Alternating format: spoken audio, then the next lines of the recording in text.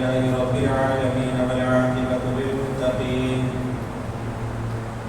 والصلاة والسلام على من كان نبيا وآدم بين الماء والطين رحمة للعالمين خاتم الأنبياء والمرسلين وعلى آله الطيبين وأصحابه الطاهرين.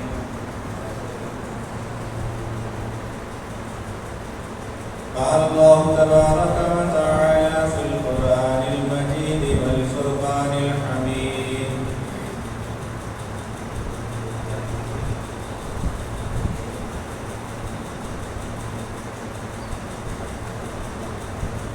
قل لا أسألكم عليه أجرا إلا المودة في القربى.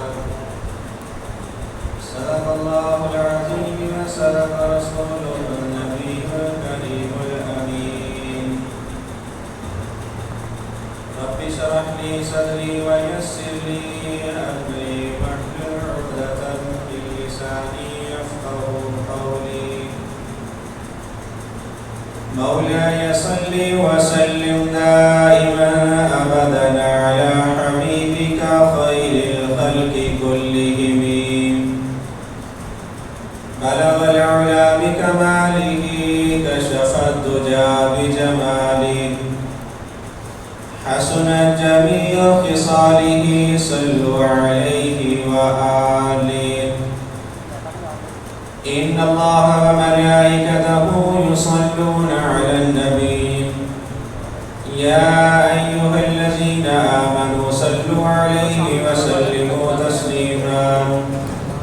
الصلاة والسلام عليك يا سيدي يا رسول الله وعلى آلك وأصحابك يا رحمة للعالمين.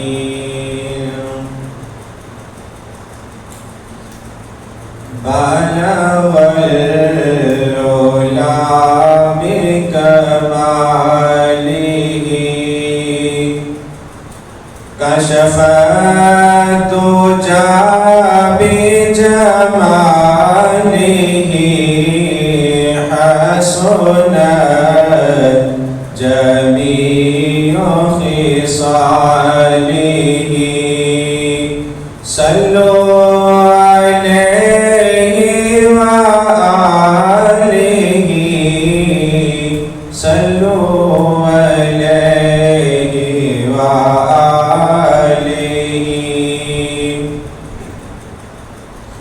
جسے چاہے در پہ بلا لیا جسے چاہے اپنا بنا لیا جسے چاہے در پہ بلا لیا جسے چاہے اپنا بنا لیا. یہ بڑے کرم کے ہیں فیصلے یہ بڑے کرم کے ہیں فیصلے یہ بڑے نصیب کی بات ہے. بلغ العلا بکماله كشف الدجى بجماله حسنت جميع خصاله صلوا عليه وآله. صلوا عليه وآله. سامعین کرام، بے بیان لطف و کرم ہے اس ذات وحدہ لا شریک کا کہ جس نے ہمیں پاک صاف ہو کر اپنے پاک گھر کی حاضری نصیب فرمائی. واہ ہے خالق حقیقی کی پاک بارگاہ میں کہ اللہ رب العزت مجھے حق سچ بیان کرنے کی توفیق عطا فرمائے اور پھر ہم سب کو اس پر عمل کی توفیق عطا فرمائے.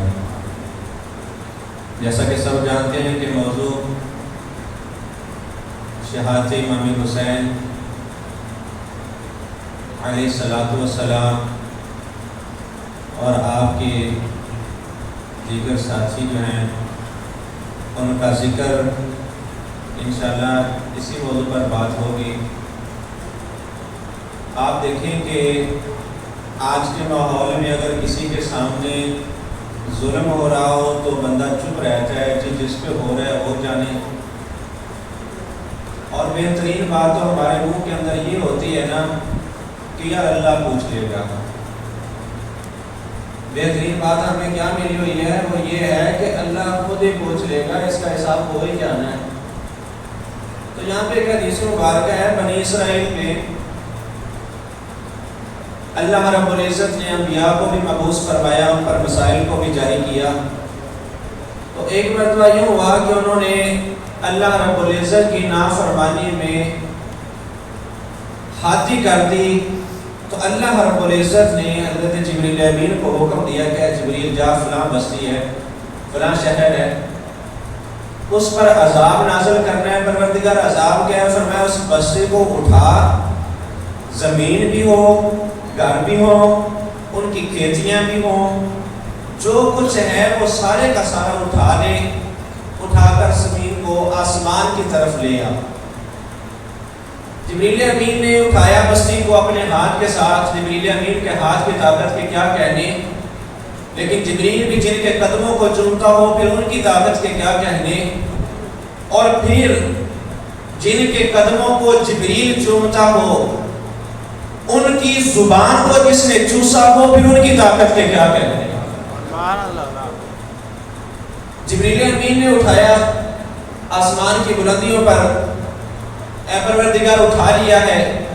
اللہ رب العزت نے فرمایا کہ اب اس بستی کو الٹا کر، اور جتنی میں نے تجھے طاقت عطا کی ہے اپنی پوری طاقت کے ساتھ اس کو الٹا زمین پر واپس مار، میں نے ان کو یہ عذاب دینا ہے۔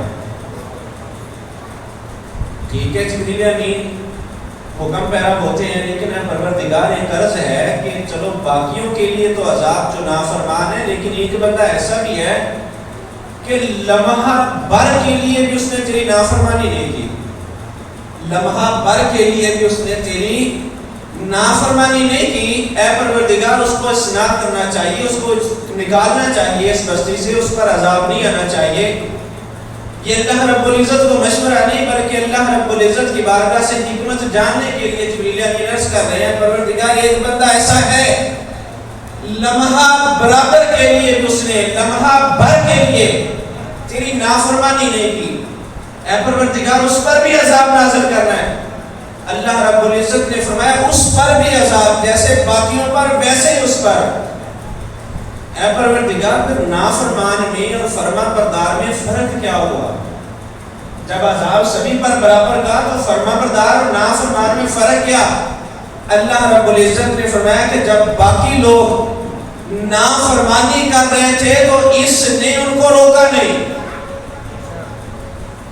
کسی پر ظلم ہو رہا تھا اس نے روکا نہیں، کسی کا مال غصب کیا جا رہا تھا اس کے سامنے اس نے روکا نہیں، اس کے سامنے عزتیں پامال کی جا رہی تھی اس نے روکا نہیں، اس کے سامنے اللہ کی نافرمانی اس نے روکا نہیں۔ یہ خود جتنا مرضی فرما بردار ہو جائے لیکن اس کے سامنے نافرمانی کی جا رہی تھی اس نے روکا نہیں، اس لیے یہ بھی ان میں شامل ہے، برابر کا عذاب ملے گا۔ اب اگر میں جناب حسین علیہ السلام کے کردار پر بات کروں تو جناب حسین علیہ السلام پروردگار اللہ رب العزت کے محبوب کے نواسے ہیں، کتنا قریبی رشتہ ہے۔ آج اگر ہم اپنا تعلق قریب رشتہ کرنا بھی چاہیں تو پتہ نہیں کہاں جا کے قریب ملے یا نہ ملے، لیکن جناب حسین علیہ السلام نواسے ہیں اور اس زبان کو چوسا ہے جس زبان کے بارے میں پروردگار ارشاد فرماتا ہے وما ينطق عن الهوى ان هو الا وحی یوحی، فرمایا میرے محبوب کی زبان وہ زبان ہے کہ اپنی مرضی سے کچھ نہیں بولتی، جو پروردگار کا حکم ہوتا ہے وہی بولتی ہے۔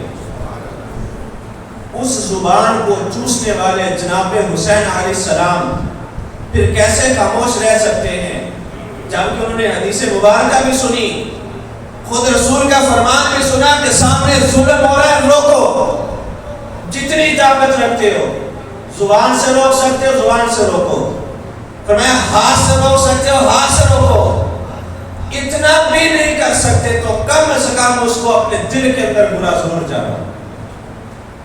یہ تو بہت جو ہے جس کا ایمان جو ہے وہ بہت کم درجے کا ہو، اس کے لیے ہے کہ وہ دل میں برا جانے، بہت کم درجے کا ایمان ہو۔ فرمایا اگر متوسط درجے کا ایمان ہو، درمیانہ درجے کا ایمان ہو، تو پھر یہ ہے کہ اس کو زبان کے ساتھ روکے۔ لیکن اگر اعلیٰ کمال کا ایمان چاہتے ہو، اگر تم چاہتے ہو کہ ایمان کے اس اوپر والے درجے پہ جائیں کہ جن کے بارے میں اللہ رب العزت نے فرمایا رضی اللہ عنہ ورضوا عنہ، وہ دنیا میں پھرتے ہیں کوئی پریشانی نہیں، کل قیامت کا دن ہوگا، نفسا نفسی کا عالم، لیکن فرمایا ایسے بندے جو پروردگار کو راضی کر لیتے ہیں، لا خوف علیہم ولا هم یحزنون، ہر بندہ پریشانی میں ہوگا، ہر بندہ مصیبت میں مبتلا، لیکن فرمایا جنہوں نے پروردگار کو راضی کیا ان پر کوئی خوف نہیں، دنیا ہو، قیامت ہو، قبر ہو، میدان محشر ہو، پل صراط ہو، فرمایا کوئی بھی مقام آ جائے پھر ان پر کوئی پریشانی نہیں، ان کو کوئی خوف نہیں ہے۔ تو جناب حسین علیہ السلام آپ اس کمال درجے کا ایمان کہ جس کے بارے میں اللہ رب العزت کے میرے حبیب نے فرمایا کہ اپنے ہاتھ سے ظلم کو روکو، اپنے ہاتھ سے نافرمانی کو روکو، تمہارے سامنے ایمان لٹا جا رہا ہو، اپنے ہاتھ سے روکنے کی کوشش کرو۔ تو جناب حسین علیہ السلام نے تو ہاتھ سے بھی نہیں بلکہ اپنا خون دے کر اس ظلم کو روکا ہے، اپنا خون دے کر، صرف اپنا ہی نہیں، آپ جانتے ہیں کہ اپنے بچے کا کسی کے سامنے ایسے ہدیہ پیش کر دینا، لے جی یہ میں نے اپنے ایمان کو بچانے کے لیے اس کو پیش کر دیا، اللہ رب العزت کے راستے پر وقف کر دیا، آسان بات نہیں ہے، بلکہ کئی بار ایسا ہوتا ہے کسی سے کہا جائے گا کہ اپنے بیٹے کو حافظ قرآن بنائیں یا عالم دین بنائیں، تو پتہ ہے کیا ان کا ہوتا ہے جی جو ہے نا اس کی والدہ اپنے بچے کے بغیر نہیں رہ سکتی، کیا ہوتا ہے والدہ بچے کے بغیر، حالانکہ اس کو پتہ ہے کہ 2-3 دن بعد یا 1 ہفتے بعد تو لازماً اس نے گھر آ جانا ہے، اور پھر اس کو یہ بھی پتہ ہے کہ اس کو پریشانی بھی نہیں، وہاں پہ چھوڑ کے آنے والا بھی باپ یا بھائی، لے کے آنے والا بھی باپ یا بھائی، وہاں خیال رکھنے کے لیے بھی جگہ، کھانے کا بھی مسئلہ نہیں، رہنے کا بھی مسئلہ نہیں، لیکن پھر بھی ذہن کے اندر، دل کے اندر خوف ہوتا ہے کہ والدہ اتنی دیر بچے کے بغیر رہ نہیں سکتی، والد اتنی دیر بچے کے بغیر رہ نہیں سکتا۔ اور آپ بھی بخوبی جانتے ہوں گے کہ جب کوئی بیٹا یا جب کوئی بچہ گھر سے باہر چلا جاتا ہے نا، خاص طور پہ جب رات کا وقت ہو، تو باپ کی آنکھ نہیں لگتی تب تک جب تک بیٹا واپس گھر نہ آ جائے، اور یہ حقیقی بات ہے، تب تک۔ اور پھر محبت بھی وہ ہو جو اہل بیت کی محبت اپنے بچوں کے ساتھ، اہل بیت کی محبت اپنے گھرانے والوں کے ساتھ، یہ گھرانہ تو وہ ہے کہ باہر والوں سے اتنی محبت ہے جو مانگنے آ جائے سارا کچھ عطا کر دیتے ہیں، تو پھر اپنوں سے کتنی محبت ہوگی۔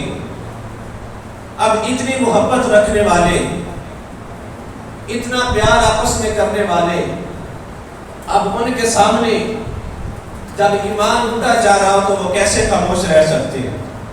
ان کے سامنے ظلم ہو رہا ہو، عزتیں پامال کی جا رہی ہو، ظلم و زیادتی کی جا رہی ہو، تو جناب حسین علیہ السلام نے اپنے ہاتھ سے روکا، اپنا کنبہ لٹا دیا، اپنے بیٹے لٹا دیے، اپنا گھر لٹا دیا، کس کی خاطر؟ صرف اس دین کو بچانے کی خاطر، صرف اس دین کو بچانے کی خاطر. یہ ہم دیکھتے ہیں نا کہ لو جی ہمارے پاس بخاری شریف آ گئی ہے تو ہم نے اس سے دین حاصل کر لینا ہے. ہمارے پاس قرآن پاک پہنچ چکا ہے تو ہم نے اس سے دین حاصل کر لینا ہے. اور اس کو جاننے والے ہمارے پاس فقیہ ہیں, جناب امام اعظم ابو حنیفہ ہیں, اس کے علاوہ دیگر ائمہ کرام ہیں اور علماء کرام ہیں, وہ ہمیں بتا دیں گے. چلو جی ہمیں تو یہ بات پتہ ہے کہ ہم تک یہ دین ایسے پہنچا ہے. کبھی بیک پہ جا کے دیکھیں تو صحیح یار کہ یہ دین ایسے نہیں پہنچایا, یہ بڑی قربانیاں لے کر یہاں ہمارے تک پہنچا ہے. اس دین نے بڑی قربانیاں لی ہیں. آج کا اپنے آپ کو حسینی کہنے والا, آج کا مسلمان اپنے آپ کو حسینی کہنے والا مسلمان اپنے آپ کو حسینی کہتا ہے, لیکن گھر بیٹھے ٹھنڈے ماحول کے اندر بھی نماز ادا نہیں کر سکتا. اپنے آپ کو حسینی کہتا ہے لیکن گھر ٹھنڈے ماحول کے اندر مسجدوں میں اے سی لگے ہوتے ہیں, کولر لگے ہوتے ہیں, پنکھے لگے ہوتے ہیں, قلین بچھا ہوتا ہے, لیکن پھر بھی نماز ادا نہیں کر سکتا. ارے یار تو خود کو حسینی کہتا ہے, امام حسین نے تو تبتی ریت میں سجدہ نماز قضا نہ کیا, تو تمہیں شرم آنی چاہیے کم از کم. یہ کہتے ہوئے کہ میں حسینی ہوں لیکن نماز ادا نہیں کرتا ہوں, اپنے آپ کو جناب حسین کا پیروکار کہنے والا, آج داڑھی نہیں رکھ سکتا, کہتے کہ داڑھی رکھی تو مجھے شرم آتی ہے. کیا شرم تجھے اپنے کردار پہ آنی چاہیے. اللہ رب العزت کا محبوب ان کے چہرے پہ داڑھی سجی ہوئی ہے. میرے نبی کا ارشاد ہے, فرمایا جب قبر میں بندہ جائے گا اس کے داڑھی کے بعد اس کی قبر کے اندر روشنی عطا فرمائیں گے اس کو. اور اگر دوسری حدیث پاک کا فرمایا کہ اگر کوئی بندہ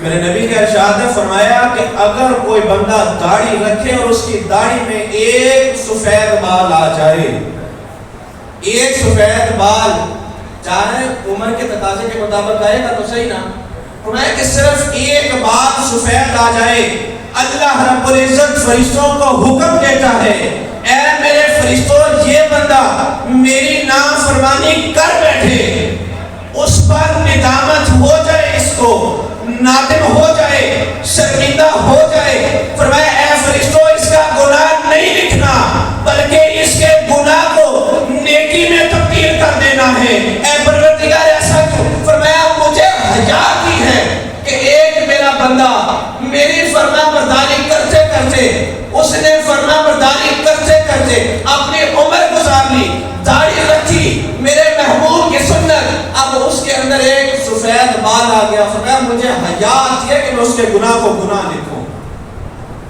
یار اللہ رب العزت اتنا عرف و اعلیٰ ذات کا مالک, لیکن فرمایا کہ جس بندے نے میرے محبوب کی سنت کو زندہ کیا, کل قیامت کا دن ہوگا میں انبیاء کی صف میں اس کو کھڑا کروں گا. انبیاء کی صف میں کھڑا ہونا کوئی عام بات آپ نے سمجھی ہوئی ہے. اور آج کے ماحول کے اندر جناب فاطمہ کے پیروکار کہنے والی آج کی بیٹیاں سروں پہ دوپٹہ نہیں, کہتے جی ہم گھر کے ماحول کے اندر تو ہیں, کون سا کوئی باہر کا آدمی دیکھنے والا ہے. میرے گھر میں ایک میرا باپ ہے وہی دیکھتا ہے, میرا سر ننگا بھی ہو تو کیا بات ہے, میرا بھائی جو ہے وہی تو دیکھتا ہے, سر ننگا بھی ہو تو کیا بات ہے. بیٹی چھوٹی ہوتی ہے اس کو جینس پہنائی جاتی ہے, سرے عام کھلے بال لے کر بازاروں میں گھوم رہی ہے, کیا مسئلہ ہے, ابھی چھوٹی ہے کوئی بات نہیں, جب بڑی ہوگی پہنا لگا دیا جائے گا, جب بڑی ہوگی پردہ کروا دیا جائے گا. لیکن جب گھر کے اندر, مجھے بتائیں کہ جناب فاطمہ سلام اللہ علیہا ایک مرتبہ جناب بلال حبشی رحمۃ اللہ تعالیٰ علیہ صبح اٹھے, جب آپ یہ زان دیتے تھے صبح کی اٹھے تو دیکھا کہ ٹائم تو ہو گیا لیکن فجر نہیں ہوئی ابھی تک, فجر کا ٹائم نہیں ہوا, یعنی فجر طلوع نہیں ہوئی, سورج نہیں, فجر طلوع نہیں ہوئی. اچھا پھر سو گئے, پھر اٹھے, پھر دیکھا ابھی فجر طلوع نہیں ہوئی. اچھا پھر سو گئے, پھر اٹھے, پھر فجر طلوع نہ ہوئی. یہ معاملہ ان کے ساتھ کافی بار ہو چکا, اب نیند بھی نہیں آ رہی. جناب بلال پریشان, جناب ابو بکر صدیق ہے, بلال اذان نہیں پڑھ رہا, ابھی فجر طلوع نہیں ہوئی, کیسے پڑھ دوں. جناب عمر ہے, بلال اذان نہیں پڑھ رہا, جناب ابھی فجر طلوع نہیں ہوئی، کیسے اذان پڑھ دوں؟ جناب عثمان آئے، دیگر صحابہ کرام، جناب ابو ہریرہ آئے، اے بلال اذان نہیں پڑھ رہا، ہم نے فجر ادا کرنی ہے، کاموں پہ جانا ہے، جناب کیسے پڑھ لوں؟ ابھی فجر طلوع نہیں ہوئی۔ سارے صحابہ نے دیکھا فجر طلوع نہیں ہو رہی، ہم سارے سو سو کے تھک گئے، ہم نے ایک بار بھی سو لیا، دو بار بھی سو لیا، فجر طلوع نہیں ہو رہی۔ اب سارے اکٹھے ہو کر میرے نبی کی بارگاہ میں، سارے اکٹھے ہو کر میرے نبی کی بارگاہ میں، یا رسول اللہ انظر حالنا، یا حبیب اللہ اسمع قالنا، اننا فی بحر غم مغرق، خذ یدی سہل لنا اشکالنا۔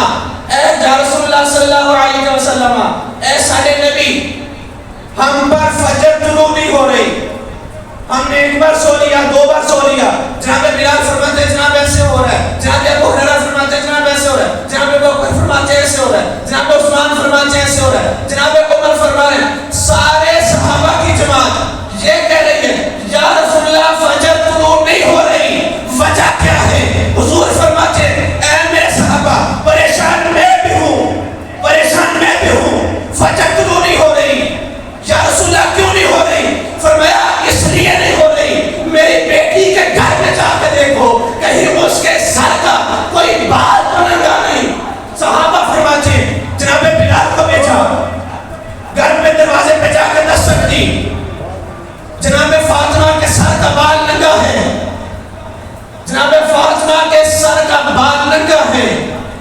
حضور کو آ کر یہ بات بتا دی گئی، میرے نبی نے فرمایا یہ سورج حیا کر رہا تھا کہ اللہ کے نبی کی بیٹی کا بال ننگا ہو اور وہ سورج طلوع ہو جائے، کہیں اس کی روشنی اس کے سر کے بال پر نہ پڑ جائے، اس لیے سورج طلوع نہیں ہو رہا۔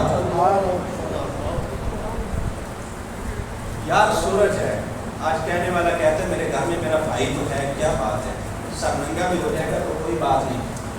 آج کہنے والا کہہ رہا ہے گھر میں ایک بیٹا تو ہے، کوئی بات نہیں۔ جناب حسین حسن فرماتے ہیں 6 سال کی عمر تک، 6 سال کی عمر تھی نا آپ کی جب جناب فاطمہ سلام اللہ علیہا جب آپ کا مثال ہوا، تو 6 سال کی عمر فرماتے ہیں کہ 6 سال کی عمر ماں نے دودھ بھی پلانا ہوتا ہے بچے کو، ماں نے بولے بولے نا یار میری طرف توجہ کرے، بارش بار میں وہ دیکھ لینا، نعرہ تکبیر، نعرہ رسالت، نعرہ حیدری، حسینیت زندہ باد۔ جناب حسن فرماتے ہیں کہ 6 سال کی عمر لے کر فرماتے ہیں کہ میں نے کبھی ایسا مرتبہ، ایسا مقام نہیں آیا، ایسا وقت نہیں آیا، ظاہر ہے ماں نے دودھ بھی پلایا ہوگا، ماں نے سامنے آٹا بھی گوندا ہوگا، ماں سامنے نہائی بھی ہوگی، ماں نے سامنے وضو بھی کیا ہوگا، ماں نے سامنے سارے گھر کے کام کیے ہوں گے، چکی بھی چلائی ہوگی، پانی کی مشقیں بھی بری ہوگی، لیکن جناب حسن فرماتے ہیں مجال ہے کوئی ایسا وقت نہیں آیا کہ میں نے اپنی ماں کے سر کا ایک بال بھی دیکھا۔ جب حیا اپنے آپ کو خود کو جناب فاطمہ کی پیروکار کہنے والی بیٹی آج اس بازار میں جا رہی ہو، پہلی بار سر پہ دوپٹہ نہیں، اگر ہے تو اتنا باریک کے بال بھی نظر آ رہے ہیں، تو میرے نبی نے انہیں پر قرآن فرمائی ہے نا، میرے نبی نے اب خود اندازہ لگائیں کہ اگر بیٹی پر لعنت ہو میرے نبی کی تو باپ جنت میں جائے گا،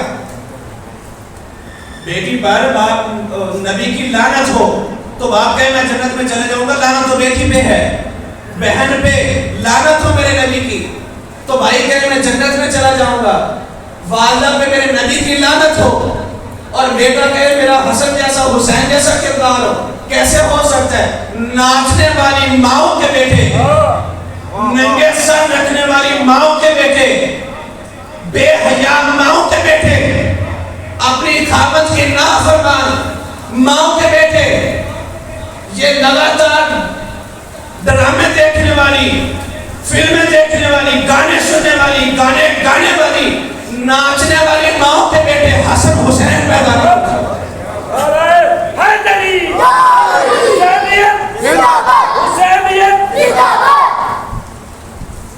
کہ جی ہمارے گھر میں حسن حسین کے کردار جیسا بیٹا پیدا ہو جائے، بھئی اپنے گھر کا ماحول کو پہلے درست کرنا، اپنے گھر کا ماحول، اور میرے نبی نے فرمایا کل قیامت کا دن ہوگا، ایک انعام بھی سننے پر پردہ کرنے والے، جو پردہ کرتی ہیں میری بہنیں، میری بیٹیاں، میری مائیں، وہ میری ایک بات بھی سن لیں، میرے نبی کا فرمان ہے، فرمایا کل قیامت کا دن ہوگا، میری فاطمہ جنت میں جائے گی، لیکن فرمایا جب جنت میں جائے گی ایسے نہیں جائے گی۔ یا رسول اللہ حساب لیا جائے گا؟ فرمایا نہیں، کیونکہ جب حساب لیا جائے گا پورا آدم وہاں ہوگا، جناب آدم سے قیامت تک کے مسلمان وہاں ہوں گے، فرمایا حساب نہیں لیا جائے گا۔ یا رسول اللہ پھر کیسے؟ فرمایا ادھر قبر سے اٹھے گی، ادھر سیدھا جنت میں۔ یا رسول اللہ جب قبر سے جنت میں جائیں گی لوگ دیکھیں گے تو صحیح نا، تب بھی تو آدم کی اولاد ہوگی، تب بھی تو لوگ دیکھیں گے۔ فرمایا نہیں نہیں ایسا نہیں ہوگا، جیسے عام بندہ قبر سے اٹھایا جاتا ہے ویسے نہیں اٹھائی جائے گی، جیسے عام بندہ جنت میں جائے گا ویسے جنت میں نہیں جائے گی۔ یا رسول اللہ پھر کیسے؟ فرمایا جناب فاطمہ جب قبر سے اٹھائی جائے گی تو 70,000 حوروں کی جماعت، فرشتے نہیں، فرشتے حالانکہ فرشتے نہ مرد ہیں نہ عورت ہیں، ان کے اندر ایسی کوئی چیز ہے ہی نہیں جو ان کو مائل کرے، لیکن پھر بھی فرمایا فرشتے نہیں، 70,000 حوریں۔ فرمایا جناب فاطمہ ان کے جھرمٹ کے اندر ہوگی، حوروں کا جھرمٹ ہوگا، جناب فاطمہ سلام اللہ علیہا حوروں کے جھرمٹ کے اندر قبر سے اٹھ کر سیدھا جنت میں چلی جائیں گی۔ جنہوں نے دنیا میں رہتے ہوئے پردہ ایسے کیا ہو، رب کعبہ کی قسم کل قیامت کا دن ہوگا پھر پروٹوکول بھی ایسا ہی ہوگا۔ آج اگر دنیا میں رہتے ہوئے کسی غیر مرد نے نظر نہیں ڈالی نا تو کل قیامت کا دن ہوگا اللہ بھی ایسا پردہ رکھے گا، اللہ بھی ایسا پردہ رکھے گا اپنی اس بندی کا کہ کل قیامت کے دن بھی اللہ رب العزت اس کا پردہ فاش نہیں ہونے دے گا، اس کے عیب ظاہر نہیں ہونے دے گا۔ ایک چھوٹی سی بات کروں، منجنیق آپ نے دیکھا ہے کہ منجنیق کچھ دوستوں نے سنا ہوگا کچھ نہیں پڑھا ہوگا، ٹائم تھوڑا زیادہ ہو رہا ہے لیکن جو کہ جناب فاطمہ سلام اللہ علیہ کے کردار پہ بات ہو رہی ہے تو میں اس بات کو ادھورا نہیں چھوڑنا چاہ رہا، تھوڑا سا مختصر سا ہو کے کمپلیٹ ہو جائے۔ منجنیق آپ نے سنا ہوگا، کئیوں نے سنا ہوگا، کئیوں نے دیکھا ہوگا، کئیوں نے پڑھا ہوگا۔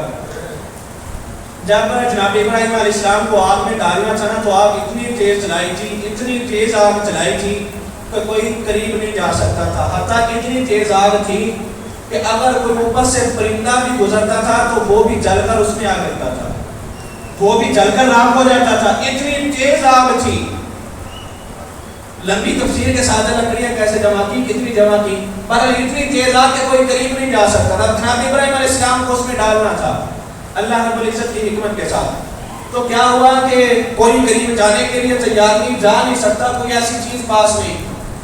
تو جو انجینئر تھے انہوں نے مل کر مشورہ کیا کہ چلو ایک منجنیق بناتے ہیں، منجنیق تیار کر لی گئی۔ تو جب منجنیق کے اندر جناب ابراہیم علیہ السلام کو بٹھایا اور منجنیق کا رسہ کھینچنے لگے، رسہ کھینچنے لگے تو کسی سے رسہ نہ کھینچا، کسی سے منجنیق کا رسہ نہ کھینچا۔ انہوں نے جناب ابراہیم علیہ السلام کو نیچے اتارا، پھر سے اس کو دیکھا کہ کہیں کوئی خرابی تو نہیں آ گئی، دیکھا تو پھر جب رسہ کھینچا تو کھینچ گیا۔ جناب ابراہیم کو نیچے اتارا، رسہ کھینچا تو کھینچ گیا، اور انہوں نے کہا جی ٹھیک ہو گئی ہے چلو دوبارہ سے دیکھتے ہیں۔ جناب ابراہیم کو پھر اس نے بٹھایا، پھر رسہ کھینچا، لیکن پھر وہ رسہ نہ کھینچا۔ انہوں نے کہا شاید دوبارہ آ گیا رسہ۔ یہ تقریباً انہوں نے 10 مرتبہ، علامہ قرطبی لکھتے ہیں 10 مرتبہ انہوں نے ایسا کیا، لیکن آخرکار وہ اس نتیجے پہ پہنچے کہ منجنیق خراب نہیں ہے، لیکن جب جناب ابراہیم کو بٹھاتے ہیں تب اس منجنیق کا رسہ نہیں کھینچا جاتا۔ اب انہوں نے کیا کیا جائے؟ حاکم نے اس وقت کے علماء کو بلا لیا کہ ہمیں بتائیں ہمارے ساتھ یہ معاجرہ پیش آ رہا ہے۔ تو علماء نے اکٹھے ہو کر کہا، انہوں نے کہا چلو جی بٹھاؤ حضرت ابراہیم کو۔ جناب ابراہیم کو بٹھایا، رسہ کھینچا، رسہ نہ کھینچا تو علماء کی جماعت نے کہا کہ ایسا کرو کہ 3-4 عورتیں لے آؤ، 3-4 بولے نا یار، 3-4 عورتیں لے آؤ۔ لائی گئی۔ اب علماء کی جماعت اس وقت کے جو دانا تھے انہوں نے کہا کہ ایسا کرو کہ اب ان عورتوں کو حکم دو کہ اپنے سر سے دوپٹے اتار دیں، اپنے سر ننگے کر لیں۔ اب ان کو جلدی تھی آگ میں ڈالنا تھا جناب ابراہیم کو، کہا ٹھیک ہے اتار دو، اتار دیے گئے، عورتوں کے سر سے دوپٹے اتار دیے گئے، عورتوں کے سر ننگے۔ اپنے دل کی تختی پہ اس جملے کو لکھ لینا، اگر ضمیر زندہ ہوا تو آئندہ انشاءاللہ دوبارہ کبھی نہیں آپ ایسا کریں گے۔ آپ کے گھر میں کسی کا سر ننگا نہیں ہوگا، آپ کے محلے میں بازار میں کسی کا سر ننگا نہیں دیکھیں گے آپ، اگر آپ نے یہ جملہ دل کی تختی پہ لکھ لیا۔ عورتوں نے سر ننگے کر دیے، بال کھول دیے، دوپٹے اتار دیے، اب رسا کھینچا، رسا کھنچ گیا، اب رسا کھینچا، رسا کھنچ گیا، جناب ابراہیم کو آگ میں ڈال دیا گیا، وہ اگلی بات۔ لیکن اب جو لوگ دیکھنے والے تھے، تماشائی تھے، انہوں نے ان دنا کی جماعت سے پوچھا، حاکم بھی پریشان تھا بڑے تعجب میں کہ ہم رسا کھینچ رہے تھے، نہیں کھنچ رہا تھا، عورتوں نے بال کھولے، سر ننگے کیے، رسا کھنچ گیا، حکمت کیا ہے؟ تو دنا کی جماعت نے جواب دیا، کہا کہ جب تم جناب ابراہیم کو بٹھا کر رسا کھینچتے تھے تو ادھر اللہ رب العزت نے فرشتوں کی ڈیوٹی لگا دی تھی، ادھر تم زور لگاتے تھے، ادھر فرشتوں کا زور تھا، اس وجہ سے رسا نہیں کھینچا جا رہا تھا۔ کہا چلو ٹھیک ہے، لیکن عورتوں کے بال کیوں کھلوائے؟ تو علماء کی دنا کی جماعت نے کہا کہ جہاں پہ عورتوں کے بال ننگے ہوں، عورتوں کا سر ننگا ہو، وہاں پہ اللہ رب العزت کی رحمت کے فرشتے نہیں دکھتے۔ جب عورتوں نے بال کھولے، سر ننگے کیے، تو رحمت کے فرشتے تھے، وہ اللہ کی بارگاہ میں واپس چلے گئے۔ جب اللہ کی بارگاہ میں واپس گئے تو تم نے زور لگایا، ادھر فرشتے نہیں تھے، اس لیے وہ رسا کھنچ گیا۔ اگر عورتیں نہ آتی تو رحمت کے فرشتے وہاں کھڑے رہتے اور رسا قیامت تک نہ کھینچا جاتا۔ اب چونکہ عورتوں نے بال کھول دیے تھے تو رحمت کے فرشتے اٹھ گئے تھے۔ یار اپنے گھر میں رحمت کا اور شکایت کرتے ہو نا، یار روزی میں برکت نہیں، اولاد فرما بردار نہیں، پریشانیاں بڑی ہیں، یار گھر کا ماحول تو بہتر کر لے۔ شکایت کر کس کو رہا ہے؟ شکایت کس کو کر رہے ہیں کہ گھر کا ماحول بہتر نہیں؟ اگر میں تھوڑی سی ایک اور بات کرتے بات کو سمیٹو، جناب حسین علیہ السلام کے کردار پہ بات کرنے والوں کے لیے یہ بات ہے کہ آج ہر بندہ اٹھ کے کہہ دیتا ہے کہ چلو جنگ نہ بھی کرتے تو بات تھی، تو پہلے میں کچھ بیان کر چکا ہوں کہ بات جو ہے جناب حسین علیہ السلام نے ایسا کیوں کیا، میں یہ بیان کر چکا ہوں، جنہوں نے ابتدائی سنی ہے میری گفتگو۔ کہنے والے منہ پھٹ کے یہ بات کہہ دیتے ہیں، اپنے ضمیر پہ غور نہیں کرتے۔ میں آخر میں ایک مصرع پڑھوں گا، سبھی کو سمجھ لگ جائے گی کہ یہ بات کرنے والے کون ہیں۔ جناب حسین علیہ السلام کے کردار پہ بات کرنے والوں، اگر اپنے ضمیر کے اندر جان کے دیکھو تو میرے نبی نے فرمایا کہ چھپکلی کسی کو نظر آ جائے، اس کو ایک ہی وار کے اندر مار دو، اس کو 100 نیکیاں ملے گی۔ کتنی نیکیاں ملے گی؟ 100 نیکیاں ملے گی۔ فرمایا اگر 2 ضربوں کے ساتھ مارا تو ڈیوائیڈ ہو جائے گی، 50 نیکیاں ملے گی۔ فرمایا اگر ضربیں زیادہ ہوتی گئی، نیکیاں ڈیوائیڈ ہوتی جائے گی، کم ہوتی جائے گی۔ یا رسول اللہ ایسا کیوں؟